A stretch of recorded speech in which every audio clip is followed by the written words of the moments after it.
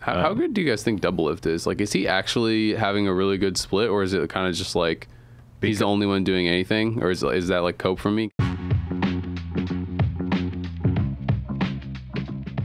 Hello and welcome to The Dive, Season 7, Episode 16. We are here bright and early. I got scolded right before this, so now I'm going to be salty. Pouty. Yeah, I'm going to pout the rest of this episode. I got He scolded. was trying to talk about either some game. We were talking about Baldur's Gate 3. We were debating the dev cycle of Baldur's Gate 3. I was complaining that it's been 3 years since I paid for the game and I haven't played it yet. And I said, great, and now it's perfect when I play it. So thank you for your contribution. I didn't get suckered into that. I knew I was like, this is going to take a long time. I feel like early access. Early access is a scam. The meta of early access is terrible. So trash. You know what? Trash. Where I was going with this was I treated Cyberpunk 2077 as this whole time being early access. Now the first DLC comes out, the game's ready to play. And that's actually sounds about right with how terrible that game was on launch. So anyways, welcome to The Dive. We also had another dive cast. Think it went great. Good job. Boom. We killed it. And it's not early access. My favorite. Full It release. is actually early access. No, the full Divecast release. is not out. It's being baked a little bit more. It needs a little bit more bugs to carry. My favorite part of it is right at the beginning. Mark tries to coin a professional League of Legends play titled as the Butt Rush, and then he just Specifically keeps talking. Nautilus Butt Rush. He Yeah. keeps talking for like a 30 minute, seconds, 2 a minutes minute, yeah. straight after It was- that, oh my God. hoping that we'll just let it go. But I'm like, there's no way. I don't care what you're saying. There's no way I'm not bringing this back. You can't just butt rush past calling something the butt rush. Okay, I was There's not no trying way. to get. I wasn't trying to get past it. I was trying to make the actual point because I see this all the time, and it tilts the shit out of me as a coach to see other coaches not prep their team See people butt rushing. with Nautilus butt rush. And I've been calling it the butt rush for years since like the Hookie like fastest first blood or whatever the one was. Or maybe It's Afro. already called the Core JJ Welcome to NA. That was the famous one, the first one, and everybody was fine with that. No, the famous one was the fastest first blood ever from CLG. No. The famous one was Core JJ. Welcome. See, the fact that we can't agree, I submit the proposal for Nautilus butt rush. Okay. I will Anyways. say butt rush is funnier, so people are probably going to say that more. Yeah, that's true. Anytime people vacate mid-verse it, I hate. And they're like, yeah, look, I didn't lose my flash mid. And then they continue to go into your jungle, and then your jungle loses or someone dies, and you're like, you can't. Dude, this play has been in the playbook for years, and I'm like, how do we still not defend this correctly? So that's why I was tilted, and that's why I powered through. Is because I'm just like so tilted. Well, with that. it was funny because you're squeaming the whole time, so you look like you were just trying to. I was just like, I was rage. I was just like, God damn it, I hate seeing people do this play incorrectly. I will say it's been really fun seeing all the crazy level ones. I talked to a few different pros who told me that it's kind of what scrims are these days now, is that everyone's just getting hyper aggressive at level 1 and feeling like, I don't know if it's a reaction to people who thought that teams got lazy around level 1s and that there's more ability to punish them, or what it's actually prompting it, but there's so much more proactivity at level 1 now. That 5v5 red buff that we saw between TL and, was it TL Golden Guardians? I can't remember, but there was like It was an EG game because they lost the game. I think it's EG, GG. Oh, yes. Excuse me. It was EG, yeah, because it was Armao going for the smite. And I still have Armao like associated with TL in my head because he was with their academy team for so long. But they had like full on 5v5 where both top laners came down. Like that literally looked like a script to me. I've never seen that on stage in a stage game, but there's been a lot of fun level 1s. Yeah, I feel like ever since the Scion invade level 1 meta, everybody's way more open to it. So like we start to see a lot more of those creative things. I remember the mid rush I brought up in the cast. I was like, oh, they're probably doing this because they just changed mid laners, and they had just, I forget even if it was Spirax or if it was the reinsertion. Vicla was back in. Okay, so it's Vicla's first one back in. They're like, all right, they're having mid problems. Let's tilt him. They're switching people up, and I was like, that's smart. You have all these He different. was out of early access. He was into the beta. By the way, I think this is its own funny story in itself. How FlyQuest were like, oh man, Vicla's just, what's wrong with him? He was so good. He was like in Korea. He's not performing in NA, and someone was like, you know what?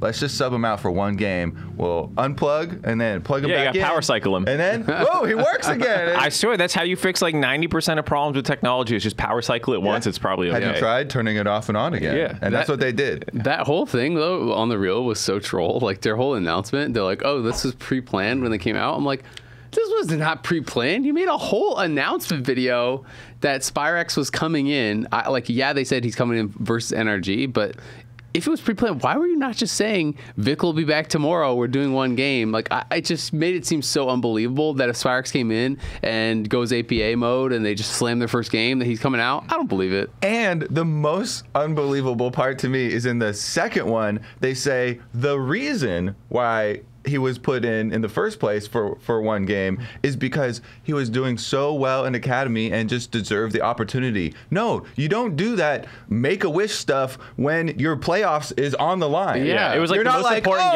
game. You deserve this, so have a good time in LCS. No, that was the most critical game that they could have, and they lost. Yeah, and like I tweeted, like, why would you possibly not just like, if it was a one-game plan, like you said, why not do it? And Parth replied and was like, oh, well, maybe it's like a competitive reason, you know, like you don't want to tell them who's going to be playing. And I'm like, I don't think people need to prep that hard versus like Vicla versus Spirax, and they're going to get the document either way. You know, like you're going to change your bans a little bit, you know, maybe your prio list, but like it's not that big of a deal, and it's way worse to do this. And like I am firmly in conspiracy theory tinfoil hat land that like this was a management decision to shake things up, and that's why you see Papa and, you know, Nick doing it, and then some players probably were not happy about that and were like, yo, give me my mid back. I would bet money that that's what happened.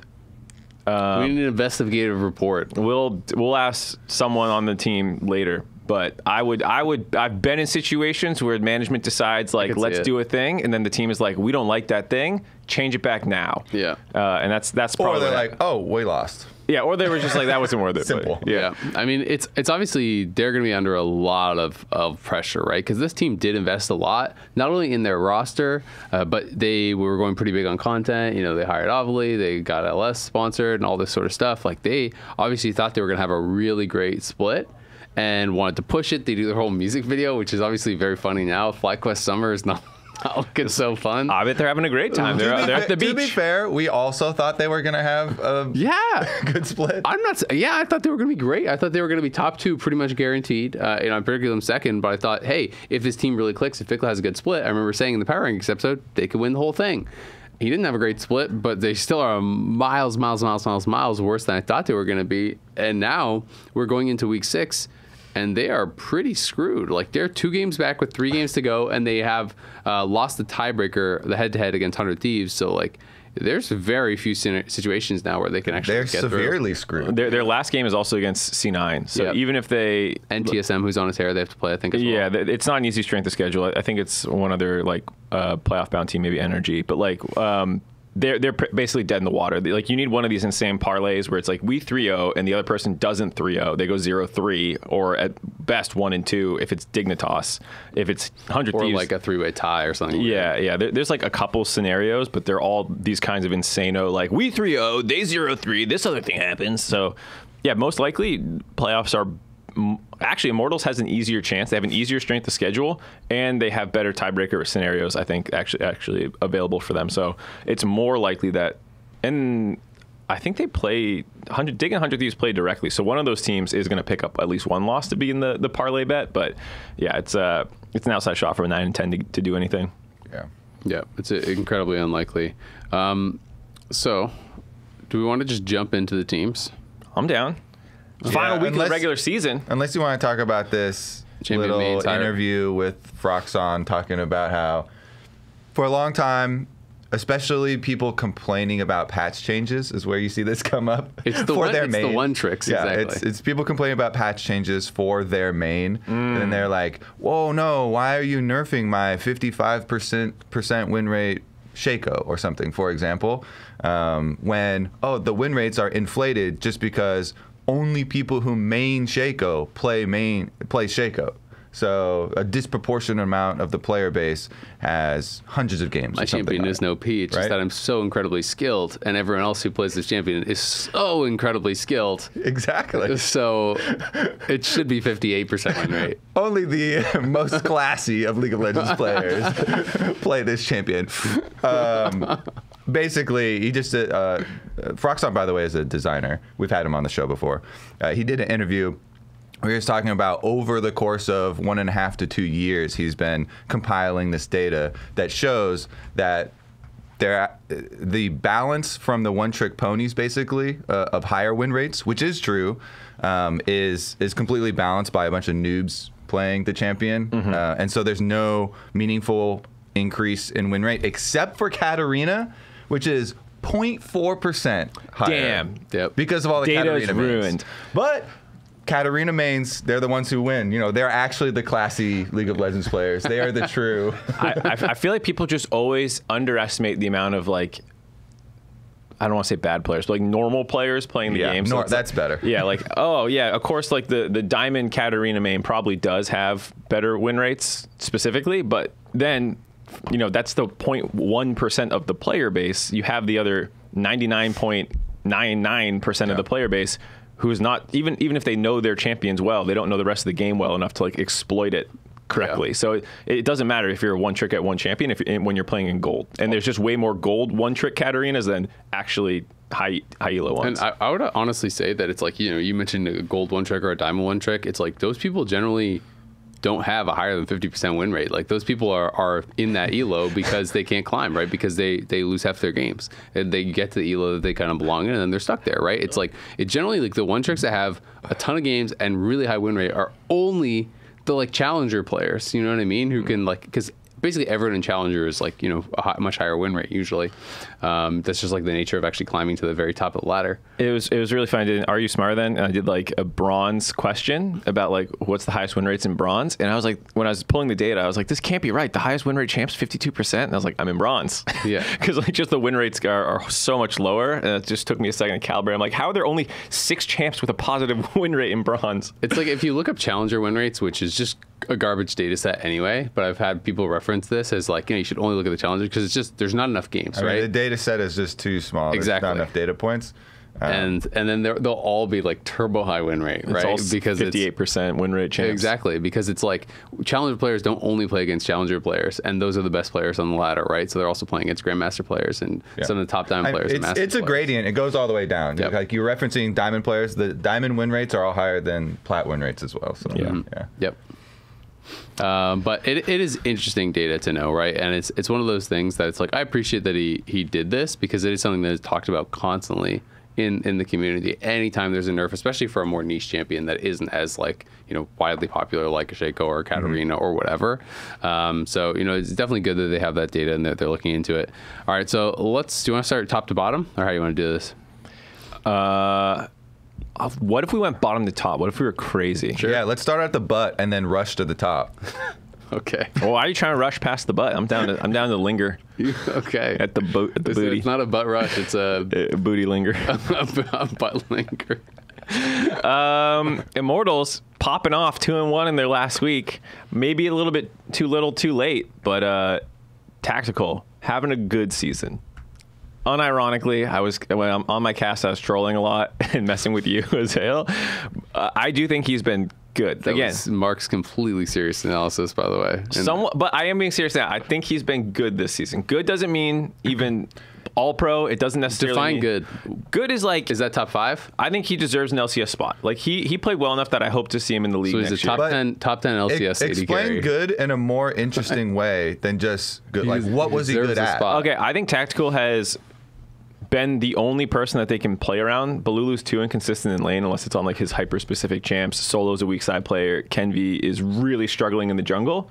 And I'll be honest, I like Treats a lot, but he hasn't been great. Like you watch some of his rel plays and stuff and his engages, and they're not Especially early, he hit some really bad games. Yeah, so like I like Treats a lot, and you know they seem to work well generally, but like he's not like piss smurfing and it's like, oh my god, Treats is great. And in this situation, I still see Tactical able to win them games, have good lane phases, have good team fights, and he's not getting much help. And I could see in a world, for example, when you're saying like what makes him, what would be good for him, it's like on a better team, they could be like, he could be on NRG, you know, and like maybe he's coin flippy and would lose you some games sometimes, but I also think he has these high highs where like, yeah, you could slot him into a couple of these teams above him and he wouldn't hurt their chances. He's like the only real win condition for the team. Yeah. I agree with that. For me, it's specifically been his team fighting, and you can see the confidence that he's playing with in these team fights and his positioning.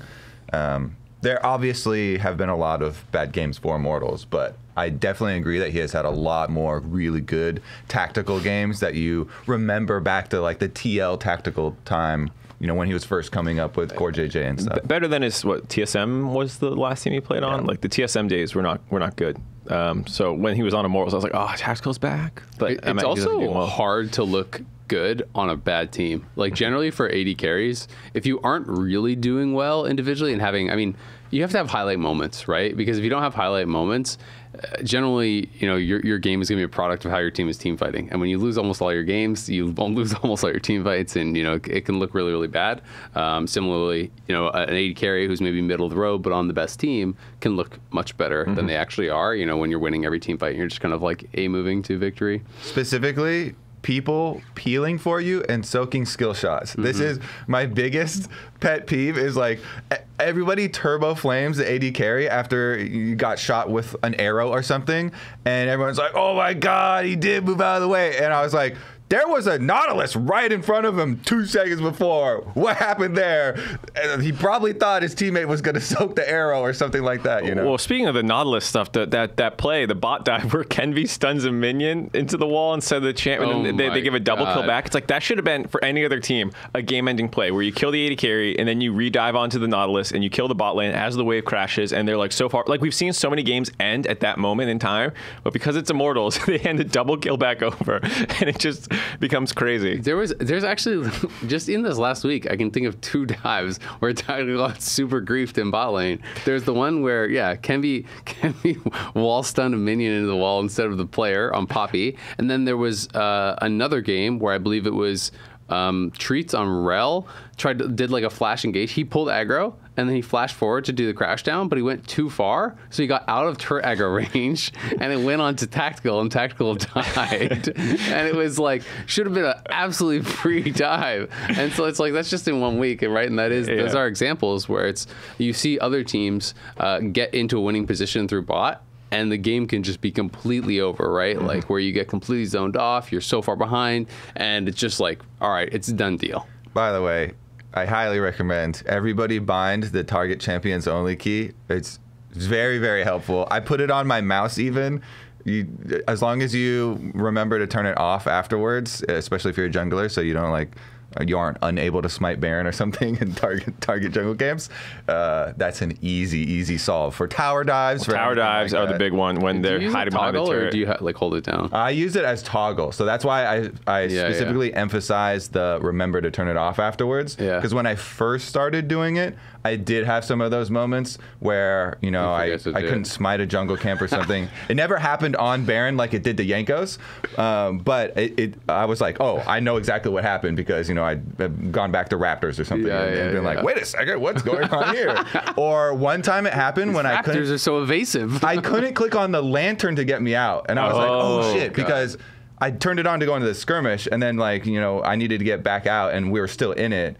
And you have to be able to turn it. So keep that in mind as well. Like, you cannot target champions only, but you can target champions only. That's why I've always used it as just like a hold down. I just use tilde. So I just like hold tilde. You know, it's like the thing that was the most useful for me is always when people go behind the tower, because it's so hard to click on them otherwise. But yeah, it's definitely super useful. I use it on fiddlesticks a lot too for a long time, because a lot of times you'll ult into a bunch of minions and they get feared and they can like move over the champion or something to try and get your Q. It gets really griefed. That makes a lot of sense. Anything else to say on Immortals? I mean, they've been, I don't know. I mean, I will say they've been more enjoyable to watch these last couple of weeks for me than the early stages, where I felt like Bolu was kind of trying to be a bit of a meta slave and just spamming Annie and stuff in the early weeks. When he was playing meta, it just looked so bad, man. So I'm glad they're doing a little bit more kind of experimentation. Obviously, APA is having success with Ziggs. Bolu did a Ziggs game. He did a Veigar game. He got some Vel'Koz games in there. Like, he's doing some more different stuff. I would always rather see teams that are struggling play something different, man. Give me a reason to want to watch your team, because when teams are just piloting the meta, but worse than everyone else in the league, there's no reason to be a fan of your team. Like, there just isn't. Yeah, I don't know if we said this during the last episode or if it was one of the previous episodes, but I brought up the idea before where like the bottom 2 teams in the LCS should always be just playing crazy champions, you know? They should be trying new stuff. They should be letting people play one tricks. They should be encouraging people to become weird champion players. Yeah, I mean, the Rich Alawi, as another example, I mean, they're not bottom 2, but I think they hit a level where they're just like, screw it. Because even after their games, they were like, no matter what happens after this game, we want to do the triathlon. Balulu and Solo were like, we want to make a bed. We want to do this stuff. Yeah. They like theory crafted it and things. So like they seem to be having fun at this point in the season, which like, that's good. I mean, they're tied with FlyQuest. They're also basically out of playoffs. It's very hard for them too. I feel like sometimes fans want like this like self like, oh no, we're so bad. We can't have fun because we're like lower in the standings. But I'd rather have a team be like, screw it, we're probably not making Worlds right now. Like, let's just like next year go next fast and have fun. Also, if you act like that, I actually feel like it's 1,000 times worse. Your results are going to be worse if everyone's just constantly super depressed and like you're super stressed and you're always pressuring each other. It's like, yeah, like you have to still put in effort and know when to be serious and don't go too far the other way. But like having some fun, being able to laugh, being able to enjoy the games that you're playing is actually an important part to being able to maintain a high level of performance over a long period of time, especially when your team sucks, because that can get depressing really, really, really fast. Yeah. We already touched on FlyQuest a little bit, but we can talk maybe a bit more specifically about them. They did do the Spirax test. They got 1 win this week, I believe it was, right? So yeah, it was right after. Yeah, when they Vicla came back in. Vicla. But did you think that Vicla actually played noticeably better, or was just like an arbitrary win? The game fresh off of coming back, I actually did think so. Mm-hmm. The Jace, because. Yeah, I mean, they ran down. They burned his flash early. I was like, whoa, this is going to be really bad for mid lane. They already obviously have some mid lane issues going on. They were splitting scrims time, and he's now Jace with no flash in mid. He's going to get targeted a bunch, but he played it well. He had a good poke damage, good damage output, so... Yeah, it doesn't seem like they fixed all their problems, but they look better this week. It's just kind of similar to Immortals. It's just too little, too late. Yeah, it's like, what are you going to do? You dropped that one game versus NRG to open the week, and then it was basically doomed from there. Yeah, they lost NRG, they beat EG, and then they lost to It was so funny to me that the one that they won was the one where Spica called EG frauds, and then they're like, boom, look, they're frauds. Well, and everyone's beating EG now too. Yeah. So FlyQuest may be like super screwed. They're probably out of playoffs. Maybe frauds themselves. They may be at the bottom, but at least they called out EG.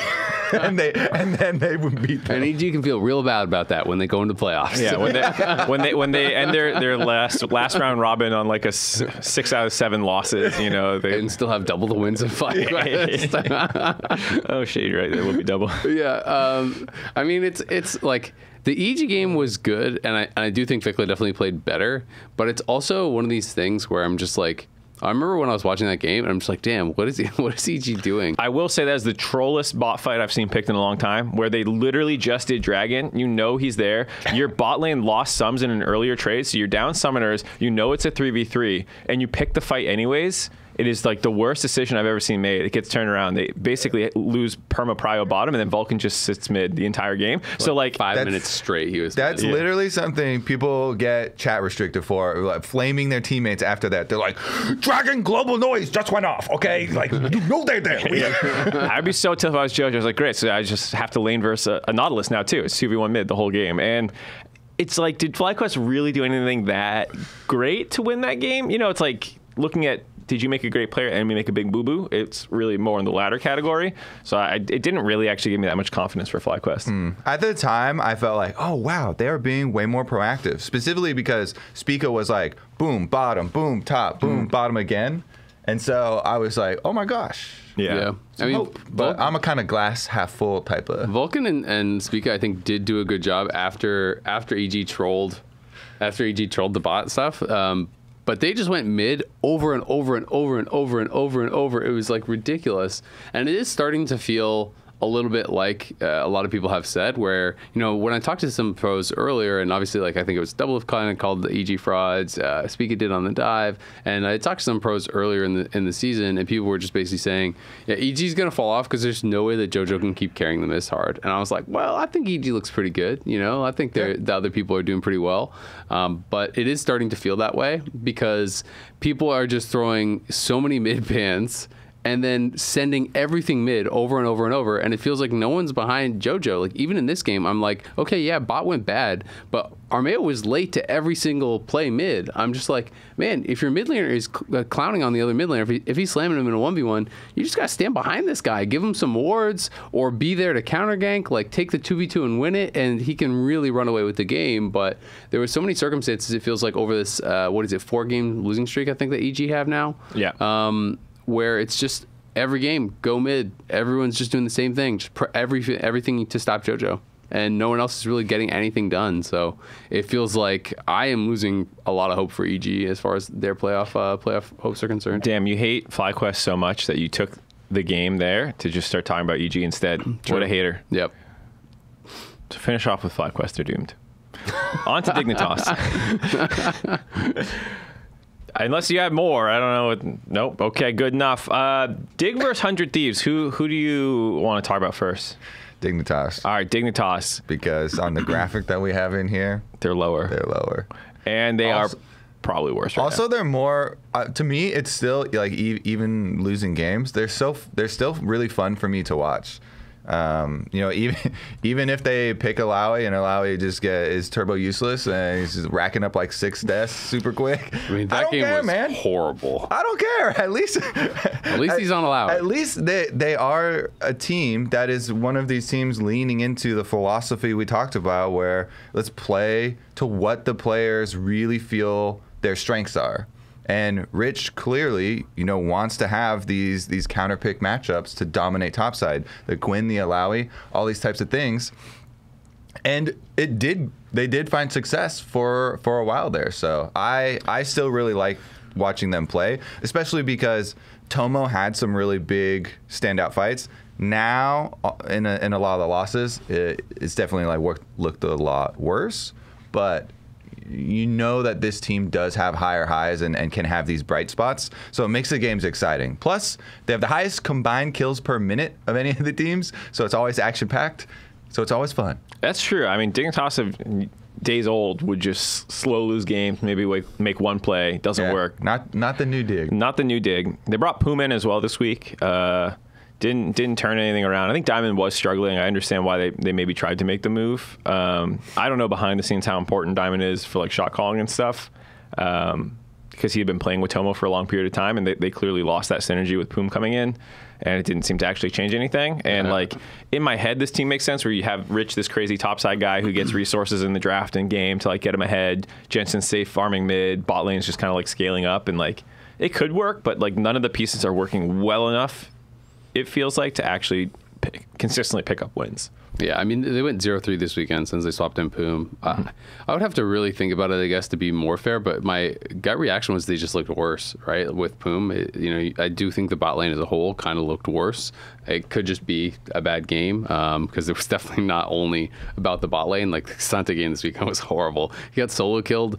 It wasn't K'Sante, it was Alawi into K'Sante. He got solo killed by the K'Sante, two, 3 times in a row, top lane, in the exact same way. Well, the turret helped. It's not a solo kill, the turret helps. True. It's 2v1, got ganked by the tower. Yeah. It was so funny, too, because I think it was that was the game I casted you, Mark. Yeah. And you're like, oh, it's going to be awesome because Rich is such a K'Sante guy that he's going to know exactly how K'Sante That was what Flower said, to be fair, not okay, me. he said that. Yeah. Well, it wasn't even anything wrong. No. So it wasn't like a flame, but anyway. So Flowers, I guess, said it. Yeah, like he knows exactly how K'Sante works, so he's going to know exactly how to play the matchup. And then it's just like flash forward to like him getting, solo kill, flipped in the tower over and over and over in this counter pick matchup. Alawi doesn't do very many special things, okay? She can only really walk around and then bonk you on the head every once in a while. So not a lot of fancy moves to outplay this fancy champion. Kasante's dashing all over the place. I got like 20 knockbacks. Release date gap.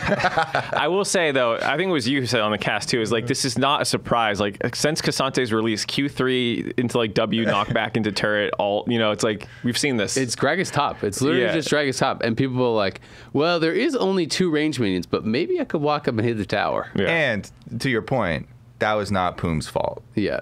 So it was very much not to bring Poom's it fault. full circle here for Dignitas. Diamond would have shot called it. They've been playing worse. Yes. Yeah. There was definitely some bad plays. How have you guys been feeling about Santorin? Because I feel like there's kind of been a lot of different discussion about him. Obviously, in spring, he had some good early games, more consistent early games, but then they would always just lose after. Nothing would happen. In summer, I felt like his games in the early weeks weren't as strong, but then he started playing Poppy, started playing more of these supportive things. I felt like he was stringing together some pretty solid performances. But now it's just like, it's been so up and down that I'm not even really sure what to think anymore. You're a little dizzy now? Yeah, I am a little bit dizzy. I agree. Well, I was just saying I agree with that point that, like, at first it wasn't good, and then it was good, and, like, just when you're, like, gearing up and throwing some coal in the hype train, it's like it breaks down again. You're like, I don't know what to say about you now, Santorin. Like, you're clearly not having your own, like, level that you measure yourself up to this split, but, like, exactly how bad is it versus, like, since he's such a supportive jungler that, like, on a failing team, I would expect him to look quite poor. Coal in your hype train. You need to upgrade to a bullet train or something, Mark. Like, you're living in the past. I'm with my old railroad magnets. Jump on the fancy new Cloud9 one from the future. Magnets, you know, the high powered. Yeah, I realized as I said it's like you get on the train and there's just like a big high powered magnet at the end of the track and it pulls the train towards it. I meant the guy in the suit with top hat magnet. No, big magnets. No. Is it magnate? Early morning episodes delivering. I would think it'd be magnate. Yeah, whatever. Yeah. Okay. Well, how about Jensen? Because Jensen is also, it's like this is supposed to be the core of the team that everyone expected when they came in spring. Like, oh, you got Jensen Santorin, you're going to win a lot of games. I feel similar to Jensen, where he's had so many of these up and down games. It also has been interesting to me that he is experimenting a little. Mark just Googled magnate, by the way. Magnate. There you go. Sorry. That's what I thought. He has been experimenting a little bit. It's not anything too crazy, but like for Jensen never played physical damage mids, pretty much, right? So like he has a couple Jace games. He brought out the Tristana game. For Jensen, that is pretty atypical. Like he only has a couple of these types of champions played in his whole career. You were pretty hard on that. His Jace game was good. Yeah. I wasn't saying it was bad. I'm just saying it was new. Okay, yeah. Like it's just that like he had never really played these. Let me pull up his career stats. It's like this is a mage only player basically. Throughout his career. There's been plenty of times he has been a pro player. Yasuo has been meta, and he has not played it. So well, do you remember the Lee Sin meta? Oh no. He has 10 Lucian games. That's his most played physical damage type champion. And then below that, he has 8 Yasuo games all time. He's got 7 Lee Sin games. He has 6 Jace games all time, and he has 2 Triss games. And this is a guy who has like 700 games played. What's his most played for context? 94 Ori, 63 Azir, 59 Syndra, 56 LeBlanc, 42 Cassio, 35 Victor, and so on and so forth, right? There's a massive amount of champions that have been way less meta than some of these physical damage dealers. He just doesn't play them. Like, he has never played them, right? But then he did. He did, and he did pretty decent. So it's just interesting. Like, clearly they're trying to experiment, and I'm just also struggling to even, like, evaluate what I think about Jensen, because this team has just... Like, they've had some really good games, but they've had so many bad games, too. They're so up and down in kind of a weird way that it makes it hard, I feel like, to really get a good kind of read on, like, what this team is. There's so many different problems that they have that it's like, okay, what is actually the issue with this team? Are they all just kind of inconsistent and like, mid-level players? Are they actually, like, some really strong individuals, but they're being held back by 1 or 2 bad players? I am struggling to actually evaluate this team because it just... Their games are weird, man. I'll tell you the truth. Sure. They dropped off a little bit, and the other new players aren't that great either. L plus he dropped off. Yeah, that was their last weekend was 3 L's plus he dropped off. Yeah. Tomo I think has a future, but he's still raw a little bit, and he has a future. Yeah, he's got a future. They all have future. They all have a future. They're all future. Well, God, you guys are trying to gaslight me into this. Is like not a way that people talk about sports. Like, you've never heard that phrase ever in a sports talk where they're like, yeah, he's got a future, I think, still, but blah, blah, blah, blah, blah. Yeah, I think there's players who could still develop. It's like you're trying to like line up these curves where it's like this younger player is peaking while this like older player is still good. Their curves are off, man. Like, these guys haven't fully gone up yet, and the your veterans have gone downhill. So that's where I think it is. Yeah. I mean, Santorin and Jensen still obviously have some very good games left in them. Not every game is What about Rich? Peak. What about Rich then? Because a couple weeks ago, everyone was like, MVP Rich? Yeah. I thought that he was much better than his recent LPL form. Yeah. And then you see this and you're like, oh, okay, well, he still got some of that recent LPL form in there too. So I think that's all that was, the reveal. Yeah. He got overhyped by a bunch of idiots on the desk. So Yeah. I hate those people. Yeah. Raz was right. Justice for Raz. Justice for Raz. For Raz, sure. Raz was the biggest Rich hater for zero reason when he's smurfing every game. Yeah, but he knew. But we went too far. Chad and Yeah. I went too far trying to gas up Rich, and now You got too close to the sun. yeah, we melted. So Rich has got to be out of that conversation, right? Yeah, it's not even close. Like, Yeah. I don't even think he was seriously ever like maybe like through Yeah, week about what? one. For all MVP pro or for sure. best top? Well, I thought you were talking about Well, MVP. MVP, like people were talking about, but definitely, I think people were kind of considering that, and I do think through first 3 weeks, maybe 4 weeks, something like that, people were like first team all pro. I was believing that in like week 2, and then the rest of the season happened, and we're heading into week 6. I would say I probably jumped off that train like week 4, end of week 4-ish, maybe middle of week 4, where it's like, yeah, like. Was it a coal powered train? I was going to say, he's real big on trains. Yeah, was it fast speed? 100 Thieves, speaking of rockets stopping halfway or whatever. Speaking of heist, Yeah. train heist. Speaking of locomotion of some sort, not looking good. They picked up one win finally over TSM, which was a little surprising, but it was a weird draft that they beat TSM with, or like TSM had a weird draft. Mid-Sejuani game, right? Mid-Sejuani, and like more importantly than that, I think, is people talking about Honsters Gwen, whatever. I just think for 100 Thieves, the exact same diagnosis is true for this team. Like it's difficult to play the game League of Legends without having strong mid jungle right now, and I feel like the only reliable part has been Doublelift, and then Someday is like next up to the plate.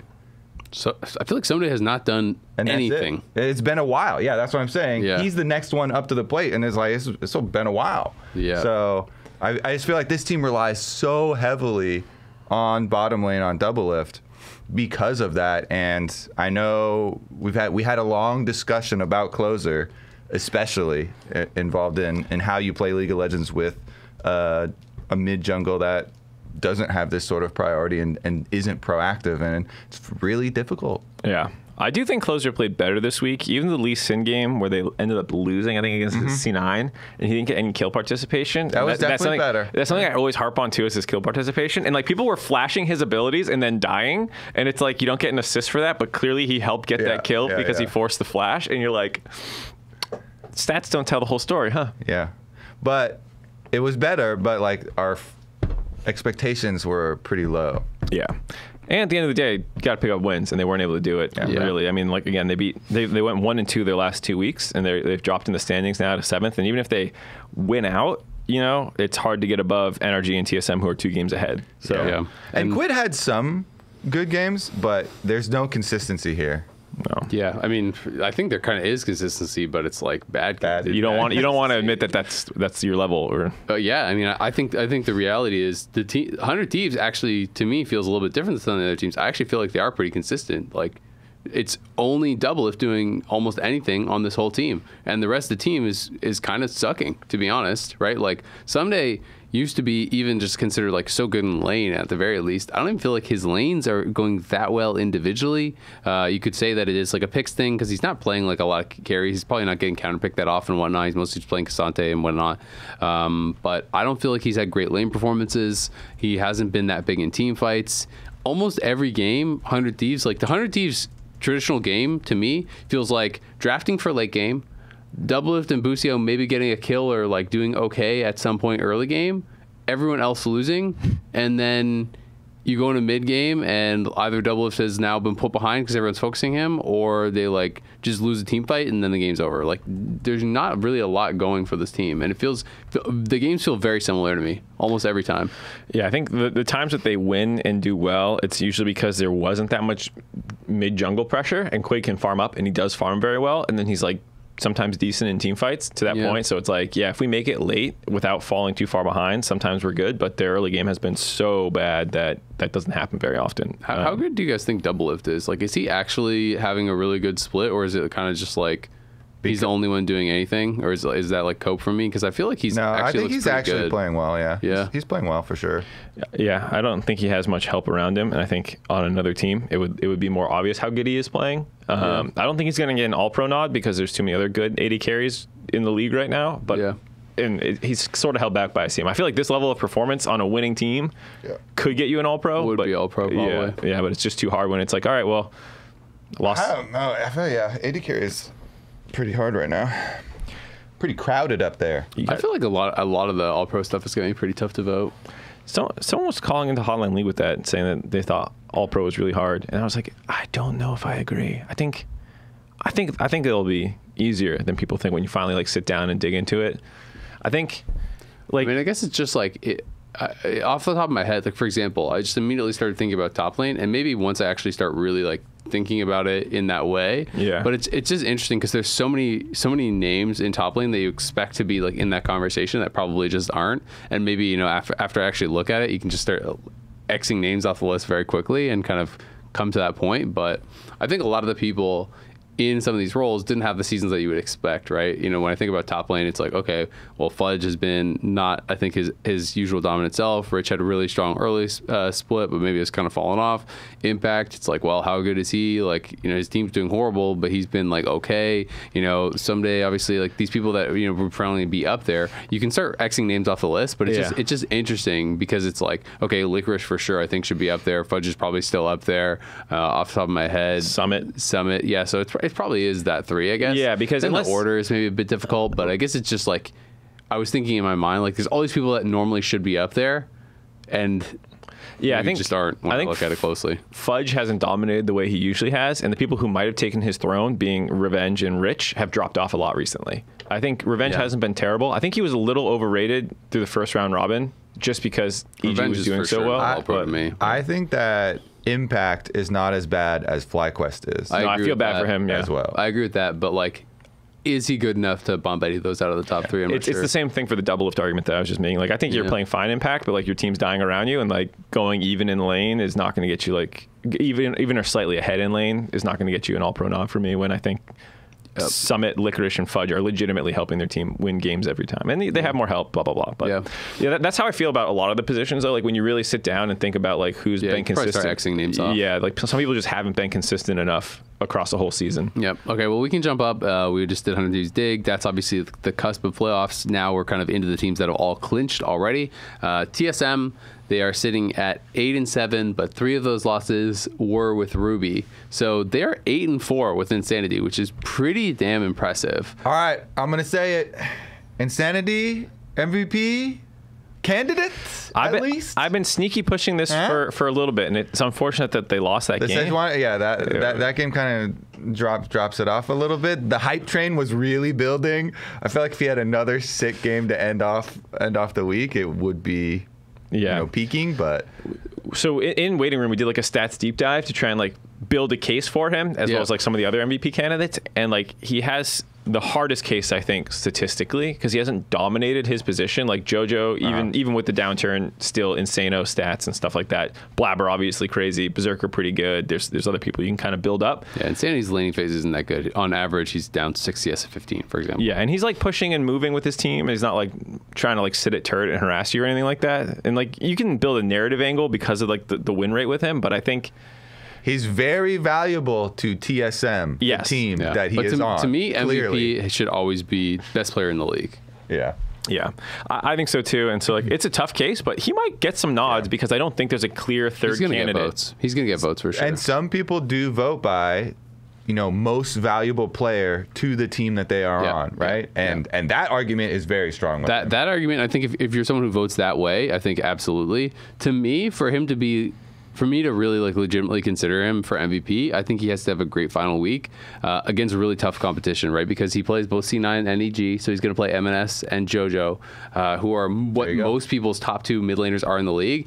And again, it's like I cannot fathom voting for someone for MVP if I don't think you're the best in your role, right? Just as a baseline. So if he could come out and he actually has great performances against C9 and EG and TSM, sweep it out, then I think he definitely deserves some serious consideration for MVP. I think he's had a hell of a split, MVP or not, though. I think he should be in consideration absolutely for All-Pro. And I think if you're voting like what you're saying, Kobe, where it's like most valuable to his team, difference maker for his team, I think is just such a big difference maker for the team because he's one of the guys who's actually being proactive on the map, who's making things happen for the squad. And it definitely was night and day when they were playing those couple games with Ruby versus what they have done with him. He is just playing like one style that is working for him. It's basically just like marksman pretty much every single game between Graves and Kaisa and the Tristana as well. Yes, he's mixed in some other picks, but Mark's gonna wave his arms wildly, try to turn the lights back on. It wasn't motion sensor, by the way. We're just dark mode now. Yeah, we're dark mode. We're back to light mode. He has been great, and I think he should be so incredibly proud of his split. He has a future. Also, has he better have a future. I swear to God, GMs, if he doesn't have a future, what are we doing here? Yeah, I mean, the one thing that's like really sad about this, I'm so happy for the players and the coaches and everyone on TSM because I think they super overperformed expectations. They proved me completely wrong. I tweeted that out like, hey, I thought this team was going to be 10th. Yes, I thought they were going to be 10th with Ruby, and even in the Power Rankings episode, I thought they would do a bit better with Insanity, but to me, a bit better was like, I could see maybe getting like 7th or 8th or something like that, I never thought they could do this well. And so it kind of makes it even a little bit more sad to me that it's like, oh man, this sucks that now TSM is leaving when they kind of like struck gold with this like roster that no one really expected anything from. I hope that the players will end up with a team, whoever takes that spot, maybe they get the chance to stay together because it's like these guys obviously deserve their slot, and I would love to see what they can kind of build into and see Insanity, have a consistent team that he can play with for a while because he's never had that in his LCS career. I think this was the first time he was ever like a starter from the word go in LCS. Yeah. I think he started with either Immortals or Optic or something. I can't remember. Okay. I think but like it wasn't. Like maybe it was a FlyQuest season. I can't remember, but yeah, it wasn't like long-lived or anything like that. He had maybe got like a split. And even this one was, Ruby was the intended starter, and then they still had to do some switching and stuff. So I do think that with the amount of success that they had, they will get picked up because especially I feel like Turtle is playing so well too. Like this team is not just Insanity as much as there's such a good story around. Look, they suck ass with Ruby and they're so good with Insanity. Yes, that is true, but I feel like throughout the whole thing, Turtle has been so consistent for them. Boogie has had some really good moments. So yeah, I think there's definitely a very promising future for a lot of these players, and it's such a cool story to live in the LCS right now, where we're having a renaissance of North American players actually being subbed in and succeeding. 5 NA mids, especially in mid lane, doing better than the imports. They're taking over. APA will jump to Team Liquid pretty soon here, but they're taking over. They're taking back the league. I won't make the South Park reference. I won't do it. I think for TSM, they also might be a little scary in because I don't know how you guys feel, and this might be getting too far ahead. It's like, okay, Golden Guardians C9 feel very good about postseason success. Yeah. Basically, no matter what happens, I will not lose faith in these people until they're out of the playoffs. The other 6 spots in playoffs are kind of like whatever to me. Like EG's kind of slumping. Team Liquid is an inconsistent mess still a little bit. The majority of playoffs is whatever. Well, I just mean like I could not tell you confident in his predictions. Yeah, I don't know who 3-4 is. The other two teams who are like going to I could tell you that TSM beat EG in playoffs, and you'd probably be like, yeah, I can see that. EG slumping. Yeah. They only played through JoJo, and Sanity did some counter picks, and they can't mid, and there you go. That's how TSM made Worlds. I can tell that story hypothetically right now about pretty much any team in playoffs. I will say one thing that I don't think has really been punished for TSM that I'm expecting it more to be in playoffs is Hanser. I think Hanser, from multiple top laners have told me unprompted that they feel like Hanser basically can only play Renekton. And whether or not that is fully true, I don't know. His Malphite games, he was playing a couple Malphite games in a row early on the split. They didn't look that good. His lanes were pretty rough. Obviously, Malphite is not something that you would normally pick bind, but he was doing it. He then strung off 6 Renekton games in a row where I think he was doing really well. But off Renekton, he has not looked very good. The Gwen game obviously was kind of rough and whatnot. So I think there is some concern, and people have kind of told me that they think, oh yeah, like TSM in playoffs, Hauntzer's going to get clapped. So if a team has a strong top laner, I do think that's like a potential kind of area of weakness for the team. I just love this as like a possible piece of content where you started it out saying people are telling you unprompted, and we just have like, you ask Fudge, what's for lunch or whatever, and he's like, Haunter can only play Renekton. Some days, like driving down the street or something, yells out of his car at Azael, Haunter can only play Renekton. Like it just keeps on going. Oh my god. Yeah. But it has been an issue, and it was like, oh, he was on like the Malphite for so long, and then it's obvious that TSM, when they venture out from, oh, he's on Renekton or a tank, and weak side, top side, it's like dangerous territory. So like, get back to there. Just have him on something that you can play Ornn and go down a bunch of CS. It's fine. And then he comes in on an Ornn down 70 CS or something, still making big plays in the team fight. Yeah, I mean, I think he's still got a sense for team fighting and stuff like that. It's just getting there sometimes. I think it is true to that point that there are some weaknesses for them, 100 Thieves and Dig, that could get exploited in different positions. Like, okay, top for TSM, mid jungle maybe for 100 Thieves, they don't step it up, and then probably bot lane for Dignitas. Yeah. So, like, it's not the end of the world for them, because every team, or a handful of teams in playoffs have this kind of weakness, but it is something that in playoffs with some of the top laners, bans and stuff. Yeah, people might go after him pretty hard. There's a lot of good top laners in the league. Yeah. For Team Liquid, that area is actually a time, and it's mid and late game. Yeah, and that's where it's not a place, it's a time. Exactly. Space-time continuum. Every team's got one. There's some area that you can take advantage of. Yeah. Just make sure at some point the clock hits 20 minutes or later. For energy, it's draft. Sometimes they just kill themselves in draft. I don't know what they're doing. Should we hop on energy, or you guys got more on TSM? No, I think that's all we got. I'm pretty excited for TSM. They've definitely done really well. I know everyone thinks I'm a big TSM hater now, but I'm actually really happy for the staff, really happy for the players. Maybe just not a big fan of the owners. But energy. No one's forcing him to say this. Energy. We can move on to them. Tied with TSM right now. They're both 5th, 8 and 7. So obviously, kind of trying to move up the ranks as much as they can. They have been pretty up and down. We've talked about their kind of weird split a fair bit, where they have all these wins against top teams. They have all these losses against bottom teams. They still have not really been able to kind of like beat that rap. But I do feel like they are picking up their consistency a little bit because they had their first 3-0 weekend. Yeah, first 3-0 weekend, they had a bunch of 1 and 2 weeks to start, then a 2-1, and now a 3-0. And I feel like NRG is good. They should be good. I predict them to be a top half of the league team. I'm happy to see them like doing what they should. But they've done this couple splits now in a row where their second round robin's way better than their first one. So I guess they're just kind of like that, slow starters. Keep Palafox sick. That's the secret. 3-0 weekend. Incredibly sick, like puking in the mornings, doesn't matter, comes in, smurfs it, wins player of the week. There's something here. Interesting, yes. Counter logic. If you're maybe. a real energy fan, you're gonna make sure you're gonna call on your okay, whoa. Let's cut job, that. Palafox. I love you. We don't want to be legally responsible for any crimes. You suggested like you're like, keep this man sick. That was no matter what happens. Kobe said it, guys. I don't know what you want. I really like them though. I think that this team, I want them to finally do it in a sense. It's like you've been top half of the regular season the last 2 splits. I think they got 4th back-to-back, if I'm not mistaken, in spring last split and then summer last year. Yep. But then they didn't actually close it out in the postseason where they end up losing to C9 or like whatever happens. So I hope this is the time that they can finally actually beat up a couple of the teams that people have bigger rosters for. I still consider them kind of a scrappy underdog team, though they did grab FBI and Ignar.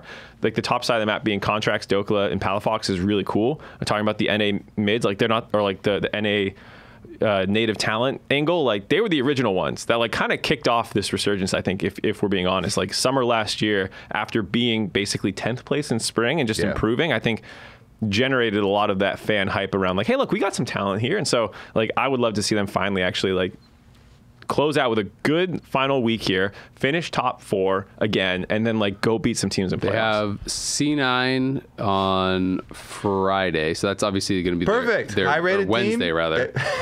Oh, but they usually only beat C9 once. So they got C9, 100 Thieves, and Immortals. So I think it's easy 2-1 angle, you know, potentially there for them. So that would put them at 10 wins. So would be a pretty good finish to the split. And Palafox, yeah, I mean, you obviously mentioned he was really, really good with Sick. He won Player of the Week. I think that's the first time he's ever won Player of the Week also. And I do think he's starting to string together some really good performances. You know, maybe building a case for himself as All-Pro. Energy, formerly CLG, I know there's always kind of been this feeling that they're like are maybe getting snubbed on All-Pro and overlooked because they're not as big names and so on and so forth. But he has had some really strong performances, so he at least deserves some consideration. I will say, I am still really disappointed with how Dokla has looked this year, this split rather, versus the past. I think in spring he was looking like really good, and in spring I think when we came to this time of the year, there was a lot of talk about like, oh, should he be an All-Pro? I feel like you even voted for him for All-Pro, right, Kobe, or had him right on the precipice? Because I remember thinking I had him like 4th, and I thought you voted for him for 3rd. I can't remember. I don't want to put words in your mouth. I voted for one CLG member, but I think it was Palafox. Okay, well at the very least we were like considering him around. Like I was considering him we had as like 4th or something.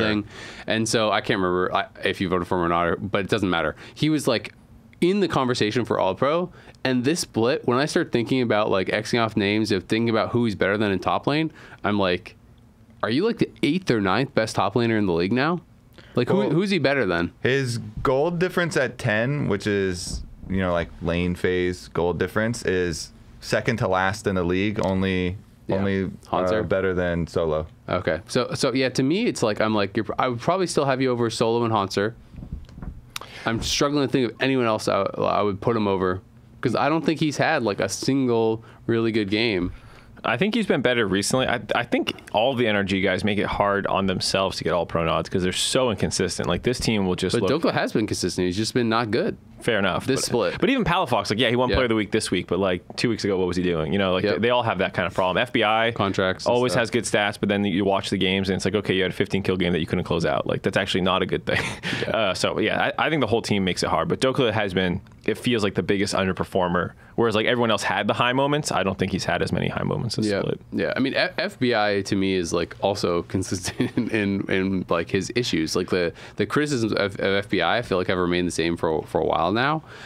Ever since like Berserker and some of these guys kind of came back in the league and like dethroned him, because it was like what 2-3 years ago that people were talking about like him as the best bot lane in the league. I think that was still when he was on Golden Guardians, right? With like 100 Thieves split too, or when they won the title, maybe split as well. But it's just like in these big moments he seems to kind of falter at times. Like I feel like when you look at him statistically, he looks really good, right? Like he puts out generally has a good laning phase. He generally puts out a lot of damage. Like he's generally doing good things, but he has had quite a few moments this split where it's like you are in the position to carry.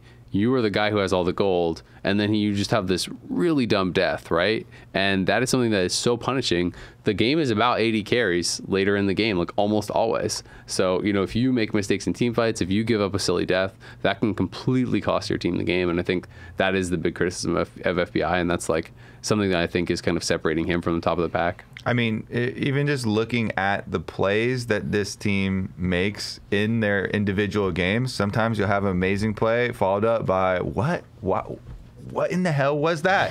And a lot of the games, even though they're at the top of the standings here, there were several games, even a string of games where they were losing so much, but then Contracts has to make this like big pick on an opponent or something really late, and then boom, they rush the Nexus and they win. Yeah. There was one week where they had 2 of those in the same weekend or days now. Keep falling into that trap. I always do too. But yeah, there's one where like, oh, the enemy team was splitting for Elder Dragon, and then like a couple people were up by Baron, and Contracts was like, oh no, we're gonna lose. Like the only thing we can do is go for a pick, and like they kill some people, and then they go through and win the game. At least they do also have the really high upside of wow. When Cloud9 is at the top, boom, they'll take down Cloud9. They will take these games off the top teams, so that they can do this. It's just the same old counter logic story. Yeah.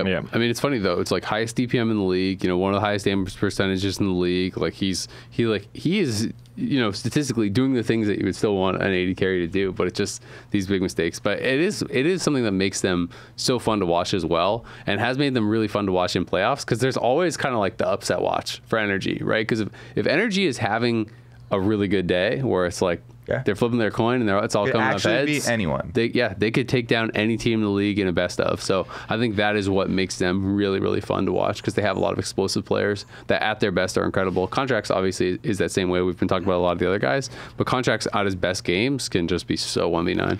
Yeah, that plus interesting drafts. I feel like they always have something cool. Another team that can feel like beat anyone and lose to anyone, Team Liquid with APA, first full week with him.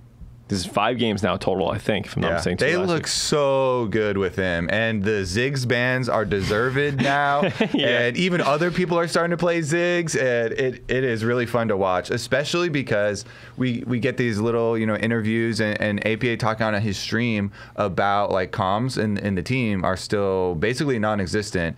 And honestly, sometimes like that's better. He was talking about the specific Lee Sin plus Nico play with Pioshik at the end, and he was like, "Yeah, I just started channeling ult because I was hoping that he will kick him into me."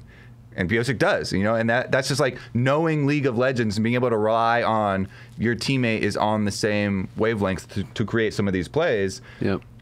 Like you actually, even if you had good communication, you wouldn't be like, "Yo, go kick that guy into me," like that break is like it's too long. You need to instantly do it. Seeing the game the same way is a faster way of communicating than having to say things. And there's a couple instances now where you can just see that like they're clearly they can't be talking. They're moving too quick to be talking, given that they don't speak the same language. That like it's just instinct. Like there was another play on one of his first games on Tristana where he jumps right as Nautilus, Pioshik hooks in, and he jumps on top of the guy that Pioshik's hooking. And you're like, clearly no communication there. And it's just cool to see out of an NA mid who is pretty young, pretty early in his career, combining with a world champion that doesn't speak the same language. And like, it's kind of the thing of like League is a language, like but like it like manifested so clearly. I think it's really cool. So wholesome, honestly. Yeah. And especially the interactions, like this team is having so much fun and they're in really good moods. You see the celebrations between APA and Pioshik also are so wholesome. It's really nice to see. I mean, the team just looks so excited, right? Because let's be honest, TL has been having just a bad year, right? For expectations, like to reality. Spring was kind of rough. The start of summer was really rough. It was looking like, all right, well, it's a failed experiment. Like nothing really worked out. Didn't really get any improvement. Pretty depressing. But APA comes in and it just feels like it's kind of rejuvenated the team. They all look, like you say, like in a really good mood. They're so excited after wins. They're popping off. They're, doing a lot better with him. Whether it is, just the change of environment or the actual like individual player or both or whatever, it's working out quite well. They just have that one loss with him. So I think they're 4-1 with him now. They lost to TSM. Yeah. And that game was actually really sick. Yeah. Both him and Insanity were making big plays. Yeah, so it's been a lot of fun to watch, and I'm just such a fan of people bringing in these picks and just showcasing that no, this is not just a solo queue pick. It works in the LCS, and I do think Rich has been spearheading that for top lane. I think APA is making some people stand up and take notice that, like, no, Ziggs is not a joke, man. This pick is actually really good, and it's kind of been the same way for so long, so you need to actually respect that pick. So I do hope that some of these players coming in, it's not even just the push about NA talent, because I do think we're seeing there's a lot of players that are North American talent that can come in and actually compete with a lot of these great imports and actually be better than them at times. And we're also seeing that there's a lot of champions that people have been overlooking. So I do hope that's going to kind of continue as far as the trend going into playoffs, that people are going to pick up more stuff. And they still, to this day, I mean, for a long time, they in the LPL, they play a lot of Ziggs bottom, and they'll still do like even kill lanes with Ziggs bottom. So it's also flexible. If you can get the AD carry players to get on the train as well with the mid players. Satchels into hooks and stuff like that. Yeah, I think the one thing I'll contest a little bit is that their summer split was not going great, because they actually started like 4-2 and looked insane. And then it was like some struggles with Harry, and then he got benched, and that's when APA came in. They ripped off a bunch more wins again. I will say, I feel like in the community, the conversations I see around Harry is like this player was dog shit or something, and I don't personally agree with that. And speaking of players who have a future, I think Harry can bounce back. His lane phase has actually been really good the entire time. Always had good plays in the early game. It's like his team fighting was pretty butt. And I think he just needs a little bit more time. He went back to Academy. He's absolutely smurfing on Academy right now. Yeah. He's clearly a talent, and I think he's just one of these people I hope doesn't get this like bad rep in the community for like his first outing in the LCS not being perfect. Yeah. It's always sad to see that when, you know, the player's future gets doomed by the first, you know, showing here to LCS audience or whatever. Yeah. I think the tough thing with Harry is, and this is not to say that he doesn't deserve another shot, but it's something that I do think works against players, is the longer you've been around, the more people are likely to think, okay, they know what you are as a player, right? And so this is his kind of first foray, more or less, into the LCS. But he's been playing competitive since 2016, I guess, or maybe 2017. You know, like he had a history in OS, right, before he came here, and then he played in Academy, and then he played in LCS. So it's like, I do think that is one of those things that it's kind of like a hurdle that people who have been around for a little bit longer have to like disprove and show like, hey, like I can improve. And I do think that hopefully with having some guys like, you know, Wild Turtle, who just hit the most games played all time and is having way better performances than he did for a couple years in the middle, and, you know, Dokla and some of the CLG guys coming back up, and some of these players who hadn't really had, you know, great performances for a while, showcase that they can really. I mean, Turtle's a crazy comparison to me because Turtle's been around since season 1. Like, well, I'm saying that like that works in his favor. Yeah, but I'm saying like a better comparison is just Insanity himself. Insanity also started in 2016. He also got a shot in 2020 with like Immortals and stuff, and it didn't go great. Yeah. And then he fucking died for 2 years before he got a shot again. Basically, he got a little bit of time on Dignitas, but it was like not the same. Yeah. And like that's what I mean. Is like I don't want Harry to become like Insanity, where we don't see him again for 3 years because people think he's this guy. Me too, right? And I'm not saying that like I think he shouldn't get a chance because he's been around. I'm saying that has been the reality for so many players, right? Yeah. And I do think that we're seeing that trend change a little bit in the LCS. That there is more of an understanding now that like just because you've been around for 5 years doesn't mean you're dead and can no longer improve, right? We're seeing that disproven, I think, in the LCS by a number of players. You know, Palafox had been around for a while as well too. I think, you know, he's really improving. A lot of these CLG guys, but a lot of the energy guys. Yeah. It's human nature to try and label things as quickly as possible so that you can like categorize like that. But yeah, I think TL early game's still insane. Summit's crazy. Your Core and Yan are really good. I think this team is probably going to Worlds. I would like, of the teams, the one I'm maybe most confident in, just because they have a repeatably great early game. You're saying most confident in going outside of Cloud9 Golden Guardians? Yeah, because I said those two are locked. Yeah. We have like roughly 2 more positions, depending on what you want to call that fourth place tiebreaker match versus EU. You can count that as going because it's just like it's almost like a playing thing, right? Yeah, it's an international competition thing you're going to do. Like I call it going to Worlds if you're top 4. Yeah. I mean, TL and NRG of that like grouping are probably the 2 that are coming off of the most recent strong performances. And so, yeah, you could probably be more confident right now. But even so, I think it's I would still say, yeah, this is still in the unstable section of the standings. How concerned are you, given that traditionally, so this is just to play devil's advocate, because I agree, Team Liquid, I think, is probably likely to be in top 4. Traditionally, you go into playoffs, the game slows down. You have longer games, you have less risks taken, and TL is really, you know, pretty bad in the mid and late game. Summit's still dying in side lanes, baby. Right? So it's like, are you concerned at all that they could kind of lose some of their their strength? Yeah. You could stop at are you concerned at all for any of these teams? And the answer is an emphatic yes. But I guess even more so because of the style of playoff League of Legends that we normally see. Yeah, I think game slowing down, you have to be smarter about your macro play, your Baron setups, and like these kinds of things, which are not exactly Team Liquid's strength right now. I guess the thing is, like, all these teams have, I feel like, clear maybe player weaknesses, or some of them do, or like their drafts are like weird. I feel pretty good about Team Liquid. I guess what I'd say is Team Liquid's strengths feel more solid to me. It's like, I know you're a really good early game team, you have really good players, and like you seem to draft generally okay. Just late game, I don't know what you're doing sometimes. Whereas other times I'm like, this team's draft just like lost in the game. Like they just, the game's over before they load it in. You know? Yeah, maybe just like don't take the super blast cone under the tower late game to try to like throw back some gold, or you know, call Summit back one time, or ward for him, or I mean, it's tough always because I've felt the same way. I'm like, the early game's so good, they just have to improve this thing, but it's been like 2 years of that. So it's the meme. They just have to improve this one thing, and you list the paragraph. Everything. All right, we can jump on to EG. EG, another team who's up near the top, but it's really, I think, kind of like lowering their stocks. You know, people are not so excited about this team anymore. They're on a 4-game losing streak. People feel like they've cracked the code. Whether or not that remains to be seen. I think for sure there's going to be a lot shown in this final week because everyone seems to be of the same opinion now that you throw some bans towards JoJo, you get a decent matchup, and then you just put all your resources towards JoJo, and then you win the game. Complicated code right there. Go mid. Yep. Go mid, everybody. Don't care what Pioshik position help. Everyone's making that call now. Yeah.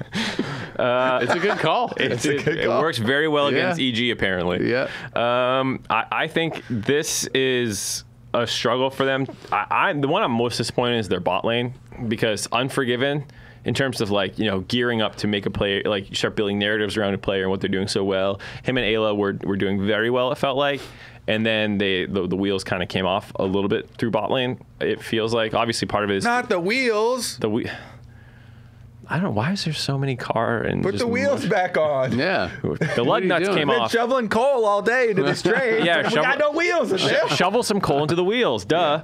I don't know. It just feels like, yeah, you can talk about the JoJo mid camp, but also the question then becomes like, well, what's the rest of your team doing? And I feel like their bot lane has been struggling. And Revenge has always just, I felt like been on an island, just like perma pushing, and like the game is either won or lost by the time he shows up for I felt like Revenge actually isn't that different to me than his Immortals days, where it felt like he was just on a bad team and he was playing well, pretty well individually. I still feel like he's playing pretty well individually, but he's like On a better team? On a better team, yeah. It's like, okay, they're usually winning or losing independently of him still, because they don't really play through him that much. He has a solid laning phase. You know, I think his team fighting's good. Who plays through top lane, though? Well, yeah, I'm not blaming him. I just mean not a lot Dig, of teams. yeah. I guess Golden Guardians sometimes kind of like Summit a little give bit. draft resources. If you counter pick with Rumble or something. Yeah, They've there's been some nicer to moves. Fudge recently after he complained publicly. But like the thing with Revenge is I mean, and we keep saying consistency. I feel like I'm a broken record, but you know, he has these games where even within the game, he like gets a solo kill or makes a big play, and then he just immediately gives it back, right? And that is something that is going to be tough, right? You know, if he really wants to break into that elite level, which I know he really does, and he's talked about how he feels that he's kind of a bit underrated or overlooked, but you know, he has to be able to string together these top level performances to really be, I think, entering that conversation, you know, for best top laner in the league, which I know that's really where he wants to be. Yeah, and I think, you know, part of it is, again, resources. Like, for example, I think Licorice might be first team All-Pro right now for me. Yep. But he gets a lot of help, to be fair. Like, he gets, you know, draft counter picks all the time for Golden Guardians. They will gank for him a lot. He will be allowed to play selfishly, where he's taking Ignite Rumble and, like, flashing in and all this stuff. And I don't think Revenge is maybe allowed to play the same way, or maybe doesn't even want to play that greedily. But those are the kinds of things you need to do to stand out. So I feel like, yeah, JoJo's not getting that much help by anyone anymore if they want to win. Yep, absolutely. Feels like Armao hype has really cooled off as well. How are you feeling about Most of the Armao? hype was off of a lot of his aggressive mid jungle plays, which were off of JoJo, and so now everyone's attacking JoJo, and he hasn't been able to do the defensive mid jungle plays as well. Because in the early stages, you know, JoJo came in, he's getting lane push on everyone, and so Armao's doing all these like Raptor steals and invading towards red and stuff, and we're like, oh my god, it's firing on all cylinders everywhere, like they're killing it here. But with everybody else now focusing mid, he doesn't have that to play off, it seems like. So maybe they need to make an adaptation where it's earlier defensive. You know, stuff around mid, if that's going to continue. That's a really good way to frame it, because JoJo's still playing really aggressive. The game that we all cast together, he's playing Tristana, he's jumping in, he's trying to abuse that lack of flash mid as much as he can, and then he just gets punished for it. And whatever Armao needs to do, or the whole team needs to do to set him up so he can keep playing that way, is lacking right now. Yeah, it feels literally like when C9 had Summit, where I felt like, yeah, Summit was doing some dumb stuff, but he's so good in the 1v1 in lane that I was like, I would just like to see Blabber path bot to top every single game and just stand behind this guy in a brush because someone's going to gank him, right? It's almost to that point, I feel like, with our Armao, where it's like you need to be just putting your body mid no matter what. You need to be going there and warding for him. You need to be going there and standing behind him when he's vulnerable, and you need to play around this 2v2 and force action. And, you know, because he is going to be winning the 1v1, it feels like almost every single time. His stats are still incredible, even despite that one game that got super screwed off of the mid lane level 1, and he was down like 60 CS. His CSD and stuff is still incredible even with that game.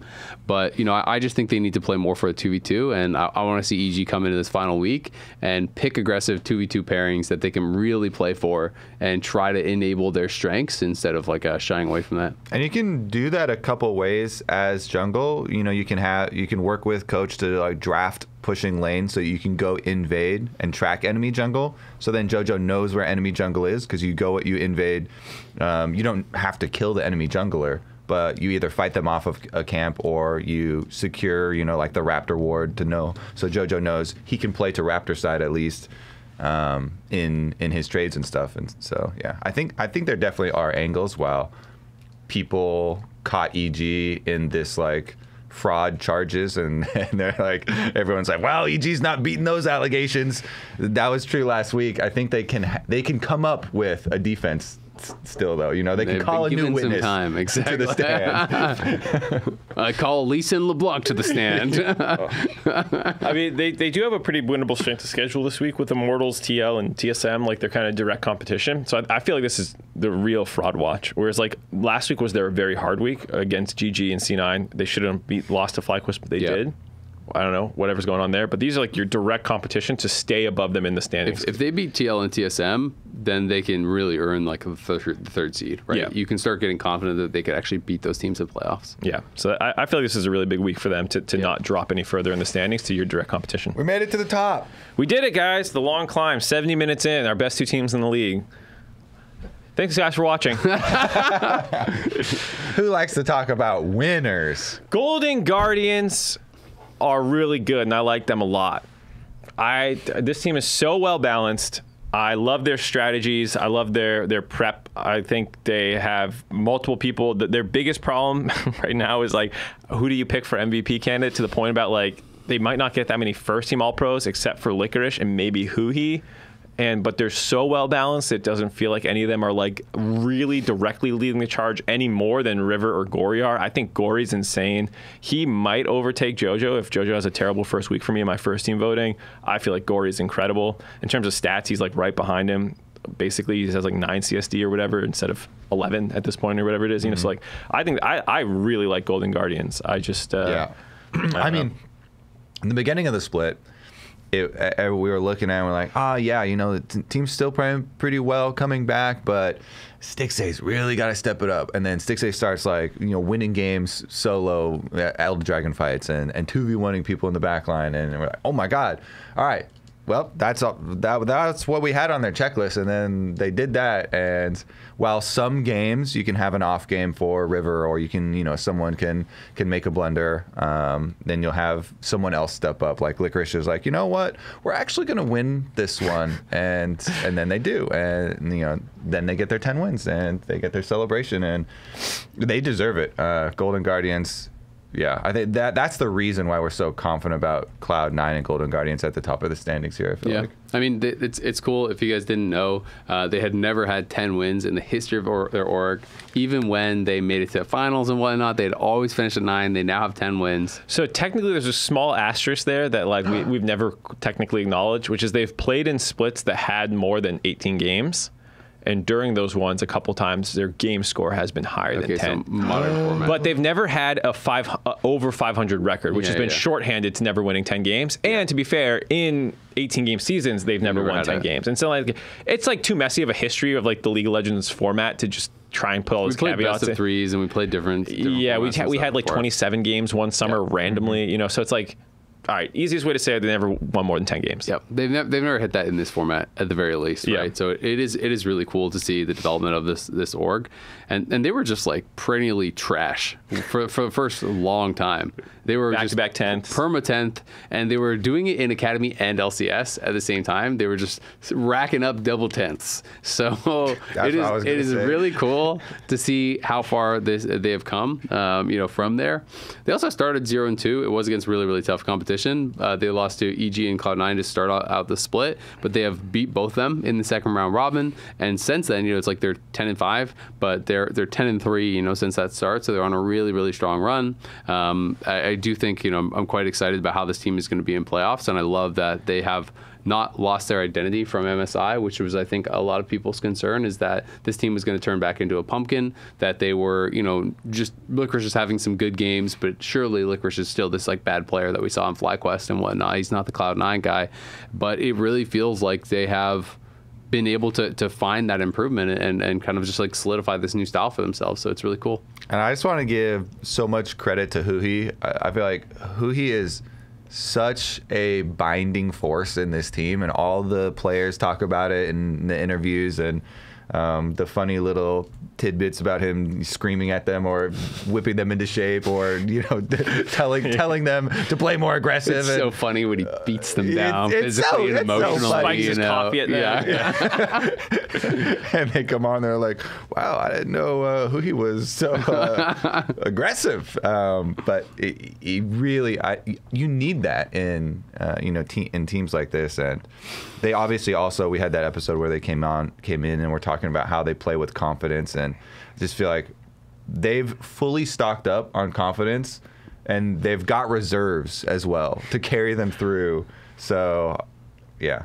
On the Huhi point, I feel like he's been underappreciated for a long time. I mean, like even on the 100 Thieves days, there were people who were like, "Oh, he's overrated. He's getting carried by FBI," or like. I mean, even on the CLG days when he was Aurelion Sol, and they were literally at MSI winning games, beating RNG, beating T1 in some games, and everyone's just turbo flaming his Azir and all these. Yeah, I'm with you. I think in hindsight, we always talk about who's the most underrated player. It was Smithy for a little while. It was Sneaky for a little bit before that. This guy who's like being successful but never talked about on their teams for a little bit. And I feel like Huki's kind of taken on that mantle, and it's being shed a bit now.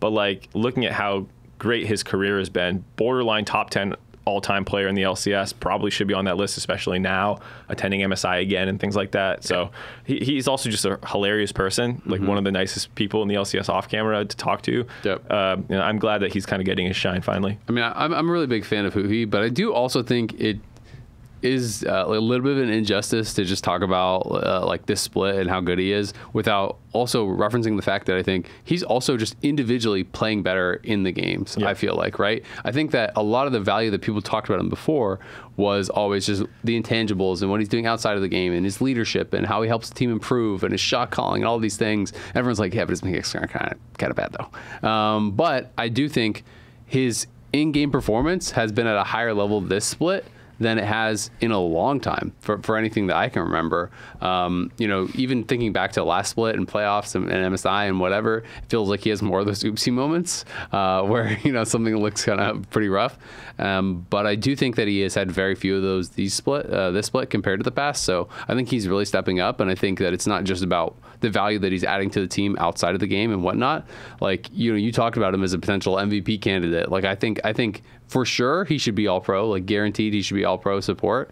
Whether or not he's first team, second team, whatever, I think he should be up there. And I think he should be a real threat to be first team all pro support, which I don't know if I've ever voted for him for that. But at the very least, I'm going to be actually considering him for it for sure. So I think it's really, really cool that he's stepped up and having the great in-game performance to match with everything else that people have been talking about with him for years. The other thing with Golden Guardians, my last thing is that I have a lot of confidence in best of series because their players play so many different champions that their draft can be really flexible. Yeah. They can use a support counter pick for Huhi. He plays all of these random different engage supports as well as playing enchanters, or they can just do what they did last time and give counter pick to Licorice.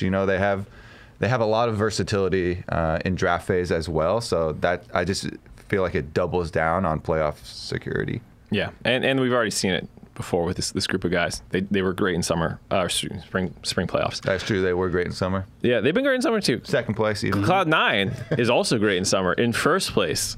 What do you say about Cloud9 that hasn't been said before? They're all really good. They're going to get a bunch of all-pro nods. Blabber's probably MVP again.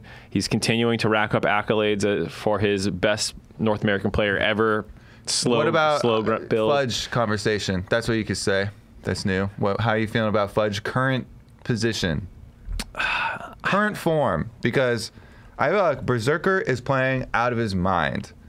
Blabber is playing really well too. M&S in the majority of games has like a couple stray ones.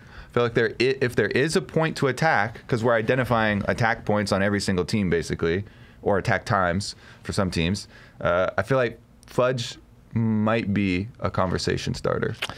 I don't buy it. I don't buy what you're selling. Okay. I turn your offer down. I think Fudge is fine. I think last split, I felt like he was the best top player in the LCS easily. And this split, okay, I don't feel that way. But I don't think he's a weakness. Yeah. I don't think you can just just counterpick him or just ban him a little bit because his landing phase is really good. His landing phase is really good. He has a wide champion pool. He can play weak side because, like you said, Berserker's popping off, and it feels like Cloud9's like, well, and even he has said this, top doesn't matter. So he's like, he acknowledges that like his lane is the least important, and I don't think he's happy about it. Yeah. And there's times where he's like, God damn it, guys, play around me a little bit more. But I think at the end of the day, it's a conscious choice a little bit. I'm going to make it a bit harder because this is the #1 team that you're looking at. So if one area is fine and other areas are playing out of their mind, then that is, the point to it. Is that the point to attack? Or do you try and hold down Berserker?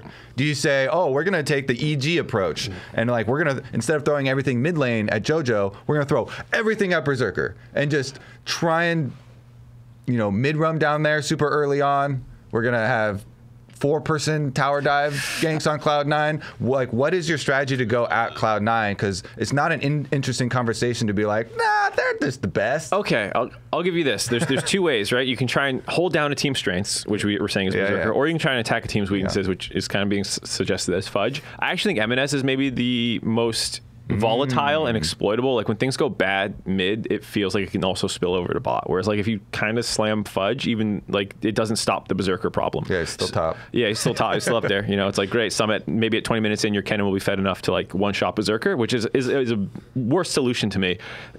C9 has been on, or team, I forget who said it, but they said something that like, it feels like every time in the first 10 minutes of the game, some 2v2 skirmish happens bot that expands, and then Berserker walks away with a triple kill, and the game's over. So he said that on cast. Yeah, then it happens. Yeah, exactly. So like, I feel like you're opting into that scenario if you're like, let's just try and camp bot, and I don't want to do that. I think you actually probably attack mid.